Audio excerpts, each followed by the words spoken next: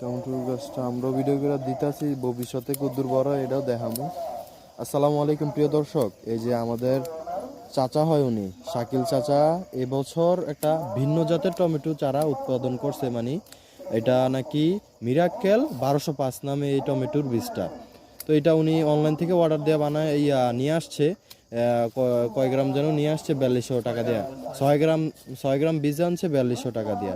তো এই জাতটার বিশেষ একটা আপনার আছে, গুণ আছে, সেটা হচ্ছে যে একটা টমেটো হাফ কেজির মতো হয়ে যায়।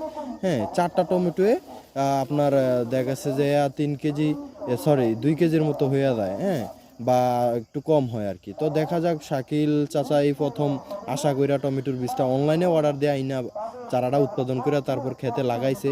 এবার দেখা যাক উনি কতটুকু সফল হয়। আশা করি ইনশাল্লাহ আল্লাহ তাআলা ওনাকে সফলতা দান করবে।